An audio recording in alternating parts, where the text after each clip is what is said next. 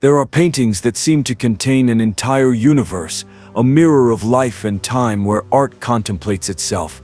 None has achieved that miracle with such depth as Las Meninas, the masterpiece that Diego Rodriguez de Silva y Velázquez painted in 1656 during his final years at the court of Philip IV. It is not merely a portrait nor a palace scene nor a masterful composition. It is a visual mystery, a meditation on sight, power, and the very essence of painting. In front of it, the viewer does not simply observe an image, he enters a game of mirrors that without realizing it makes him part of the canvas. Velázquez, born in Seville in 1599, was the great painter of the Spanish court. A man who rose from apprentice to occupy the post of court painter, and later that of chamberlain, responsible for the king's most intimate affairs. In that double life, artist and courtier, Las Meninas was conceived. His personal story is inseparably linked to the painting. A man who, after decades of serving power, wished to leave his pictorial testament, his final declaration about the greatness of art and the fragility of the world. In the vast halls of the Alcazar of Madrid, Velázquez found the perfect stage for an unprecedented experiment to represent the very instant in which art and reality merge. The scene shows the painter's studio inside the Alcazar itself. At the center, illuminated by a lateral beam of light, appears the Infanta Margarita, daughter of the king and queen, surrounded by her maids of honor, the Menas Maria Agustina Sarmino and Isabel de Velasco. To the right are the court jesters and dwarfs, Mari Barbala and Nicolas Pertusato, while in the background, half hidden in shadow, a courtier named José Nito crosses an open doorway. To the left, before a large canvas seen from the back, stands Velázquez himself, brush in hand, looking toward us. And beyond the scene, in a mirror hanging on the back wall, are reflected King Philip IV and Queen Mariana of Austria. That is the key to the enigma. The monarchs are not inside the painting, yet their reflection proves they are standing before the painter posing for him. That is to say, they occupy the viewer's place. This play of perspectives makes Las Meninas a unique work in history. Velázquez does not paint only what he sees. He paints the act of seeing. The viewer becomes the protagonist without realizing it. When contemplating the painting, one occupies the place of the monarchs, of power, and is observed by all the figures in the room. Art ceases to be a window onto reality and becomes a mirror that returns the gaze. It is a philosophical exercise ahead of its time, a reflection on representation, consciousness, and the position of the artist in the world. The technique is dazzling. Light enters from a side window and illuminates the Infanta's face and the folds of her dress, a brocade of white and silver painted with loose, almost impressionistic strokes. The color vibrates without harshness.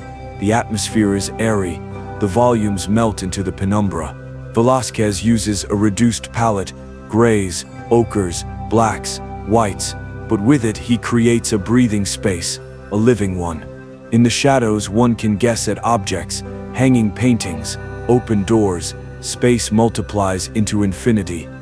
The composition, apparently spontaneous, is calculated with geometric precision. The diagonals of light, the central axis connecting the painter, the Infanta, and the mirror, the depth created by the figures in the background, all obey a secret structure that sustains the visual balance. Velázquez, who had studied the laws of perspective and optical theory, applied here all his knowledge. Nothing is by chance. The Infanta, center of the scene, symbolizes purity and the future of the dynasty. The dwarfs and jesters represent the presence of the other, the marginal, deformity accepted at the heart of power. The painter, with his serene gaze, places himself on the level of kings, claiming for art the dignity that nobility denied it. For centuries, Las Meninas was admired for its technical virtuosity, but its true meaning remained shrouded in mystery. Not until the 20th century did philosophers such as Michel Foucault reinterpret it as a reflection on the act of seeing in the order of things. Foucault saw in this painting the birth of the modern gaze, that awareness that all vision is also a point of view, a place of power. In his reading, Velázquez unsettles the viewer. He puts him in the place of the king, and by doing so reminds him that to look is to rule, but also to be observed. The mirror at the back becomes a symbol of that infinite reciprocity between power and representation. Yet the painting contains more than philosophy. It is also a personal statement. By including himself in the painting, Velázquez breaks the hierarchy separating artist from noble. He portrays himself working before the monarchs, but in a position that makes them equals. Moreover, he wears on his chest the Red Cross of the Order of Santiago, an insignia he did not obtain until years after he painted the work. That detail, added later, has been interpreted as a posthumous claim to his dignity. Legend has it that the king himself ordered the cross painted on his portrait, recognizing in Velázquez not merely a servant but a creator. The material history of the painting is also fascinating. It was painted in the Royal Alcazar of Madrid and remained there until the fire of 1734, from which it was miraculously saved. Later it went to the New Palace, and finally to the Prado Museum, where it has been exhibited since 1818. Over the centuries, it has undergone various restorations, always with great care, because of its importance. In the 19th century, some retouchings sought to enhance the highlights, but in the 20th, a cleaning returned the work to its original, more gray and atmospheric tone. Radiographic studies have revealed small corrections. The Infanta's face was repainted, details of the Meninas were modified, and the painter's figure was adjusted for greater balance. All indicates that Velázquez worked on the painting for months, perhaps years, refining every gesture. Interpretations never cease. Some critics suggest that the scene represents not a portrait, but an allegory of art as a mirror of reality. Others see in it a theological game, the reflection of the monarchs in the mirror as a metaphor for the soul reflecting divinity. There are even those who read in the arrangement of figures a theatrical structure where Velázquez acts as stage director and the viewer as involuntary actor. The painting would thus be a meditation on the fleetingness of the moment, on the impossibility of fixing reality. The political context also matters. Philip IV, aged and weary, had seen his male heir die. The Infanta Margarita was therefore a symbol of hope for the monarchy. Velázquez, who knew well the pains and secrets of the court, offers in Las Meninas a vision of apparent harmony that hides deep melancholy. The light bathes the child as a promise, but the dark background in the open doorway suggests a passage, an imminent disappearance. Beneath its formal perfection, the work is also a portrait of the end of an era. As for taboos and scandals, there was no public controversy in its time, but rather a silent rupture with convention. Velázquez painted the king without showing him directly, an unprecedented gesture in a court where the monarch's image was a matter of state.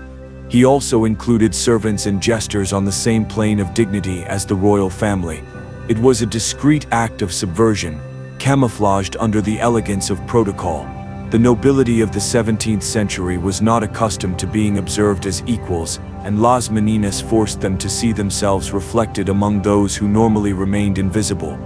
Modern criticism has noted that in this painting, Velázquez anticipates concerns proper to modern art: self-reference, awareness of the viewer, the relativity of perception. Each figure seems to look toward a different point, creating a web of gazes that cross and question one another. The result is a living composition that cannot be fixed in a single interpretation. The influence of Las Meninas has been immense. It inspired artists like Picasso, who in 1957 created a complete series of variations, reinterpreting the scene from multiple perspectives, and Dalí, who saw in it an almost dreamlike structure. It also influenced filmmakers and philosophers, becoming one of the most analyzed paintings in history. Each era has seen in it a reflection of its own questions: power, identity, sight, representation. Today, contemplating it in the Prado Museum, surrounded by silence, Las Meninas remains an inexhaustible enigma. Its balance between order and mystery, its way of playing with light and space, its ambiguity between the visible and the invisible make the work seem alive. It does not merely represent a palace scene, but the very consciousness of the act of seeing. With a single canvas, Velázquez turned art into thought.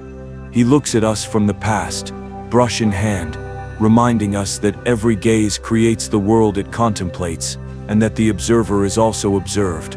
In that eternal play between the artist's eye and the viewer's eye, Las Meninas continues to breathe, more than 3 centuries later, as the painting that turned mystery into truth. Las Meninas is not only the most studied painting in the Prado Museum, but also one of the most unsettling in the history of art, because it refuses to be fully understood. Each time someone looks at it, it becomes a different experience. There is no single vanishing point, no linear reading.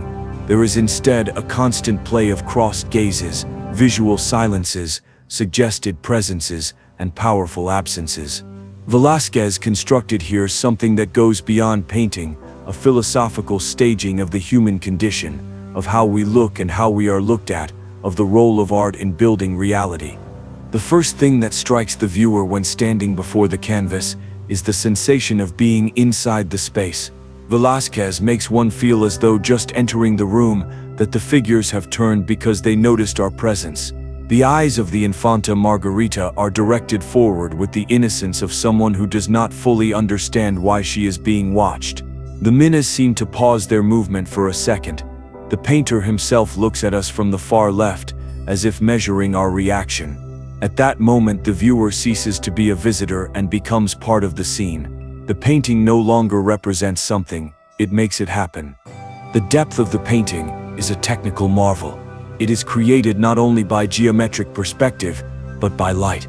That light, entering laterally from an invisible window, organizes the court's hierarchical space, from the clarity enveloping the Infanta, to the shadow where the portraits of the kings hang on the back wall. Each luminous zone corresponds to a sphere of power. The strongest light falls upon the symbol of dynastic continuity, the Infanta. The intermediate, chiaroscuro, embraces the ladies, the dwarfs, and the dog, the court, and the everyday.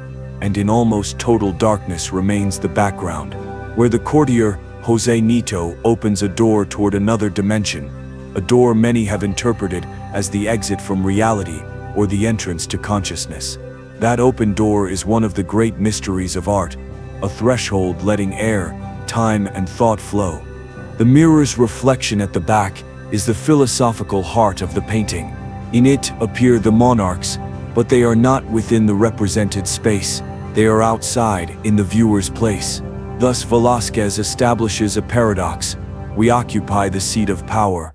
The painting places us in the position of the monarch, at the invisible center of all gazes. That inversion of hierarchies is no accident. Velázquez, who fought all his life for the dignity of the artist, wished to say that the creator, in observing the world, also becomes sovereign of his own vision. The mirror not only reflects the kings, it also reflects the spectator, turning us into part of the power system the painting represents. It is at once a real, symbolic, and metaphysical mirror. Through this visual device, Velázquez poses questions still contemporary. What is reality when mediated by sight? Is art a reflection or a construction? Where does the observer's power end and the creator's begin? In Las Meninas, everything seems to interchange. The observed look, the observer is observed, the painter paints but also paints himself, the painting doubles within itself. It is a loop without exit that turns visual experience into a meditation on consciousness. The Infanta Margarita, barely 5 years old, becomes the axis of the universe. Her figure, surrounded by light, is both real and symbolic.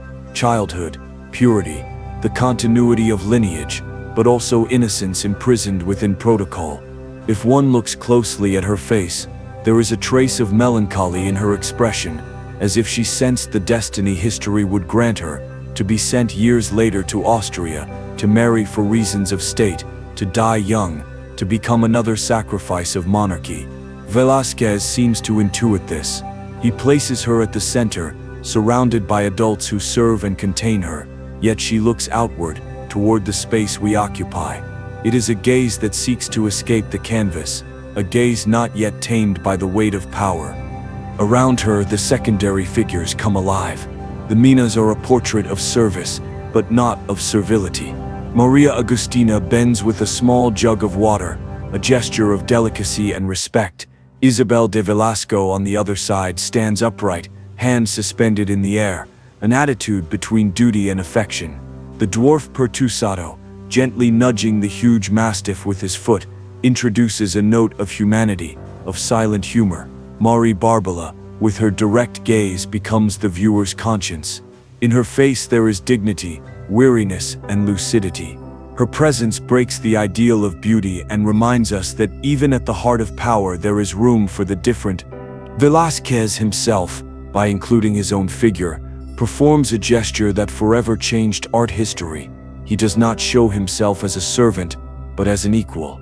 He stands, painting, dressed elegantly, confident in his position. His gaze is calm, reflective, a thinking gaze.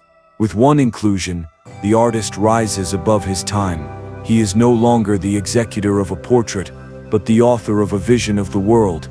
In one hand he holds the brush, in the other the palette. Behind him, the canvas on which he supposedly paints the monarchs becomes a symbol of creation itself. Velázquez paints himself painting, and thereby makes himself the subject of his own work. It is the first time in history an artist situates himself within his painting as protagonist of his thought. The silence that dominates the scene is another of its great achievements. There are no exaggerated gestures, no theatricality. Everything seems suspended in an instant that could last forever. That stillness, however, is not immobility, but held breath. Each figure seems about to move, to speak, to continue an interrupted action. That tension between instant and movement creates an almost cinematic atmosphere, centuries before cinema existed. Velázquez achieves the miracle of capturing real life without losing art's order. The painting is also a portrait of power in its most sophisticated form. The monarchs do not appear directly.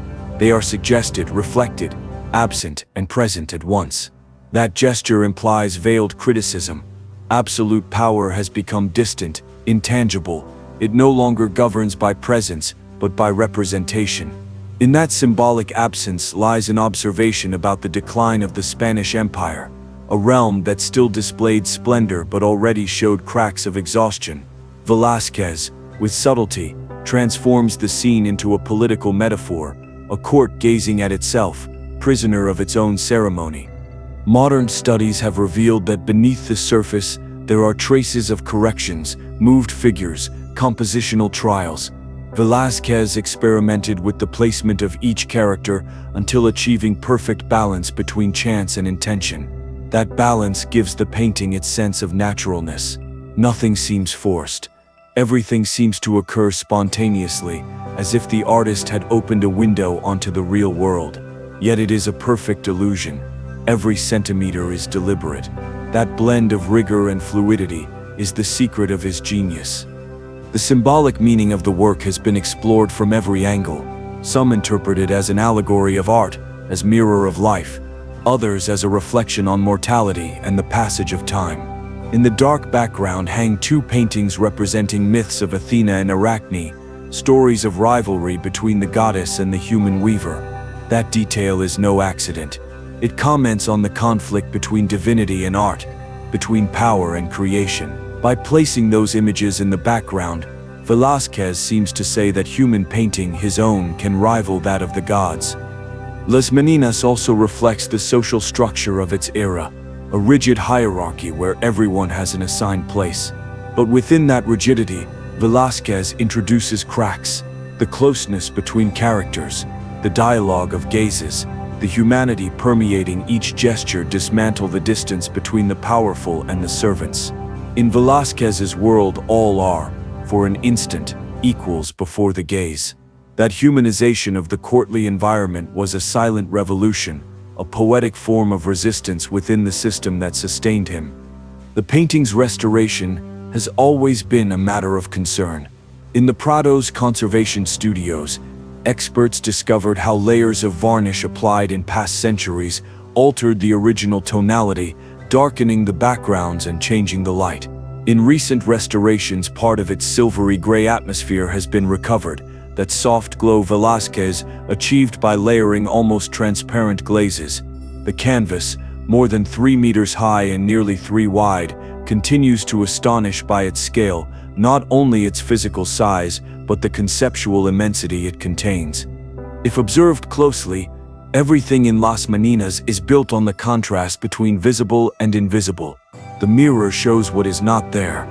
The background reveals what light conceals, and the artist turns his back while looking at us. That play of opposites makes the painting a reflection on the duality of existence, presence and absence, reality and illusion, creator and creature. The room is the world, and we, as we gaze at it, become part of that world. The painting has been described as a meditation on time. The figures are trapped in an eternal instant, yet the viewer moves, changes, ages. Each new gaze reactivates the scene, makes it present again. In that sense, Las Meninas is a living organism. As long as eyes exist to behold it, it will continue to breathe. Velázquez unknowingly anticipated the modern idea that a work of art is not completed by the artist, but in the encounter with the beholder. That is why the painting seems to watch us more than we watch it. It also contains a reflection on art itself. Velázquez asks what it means to paint, to reproduce reality, or to reinvent it. His answer is clear: to paint is to think. Each brushstroke of his is pure thought, visual reasoning. By including his own portrait within the scene, he elevates the figure of the artist to that of philosopher. His serene and confident gaze is not that of a craftsman, but of someone who has understood the power of art to create worlds. With a single canvas, Velázquez transformed the status of the painter and opened the path to modernity. Today, when we behold Las Meninas, we feel the painting watching us from 3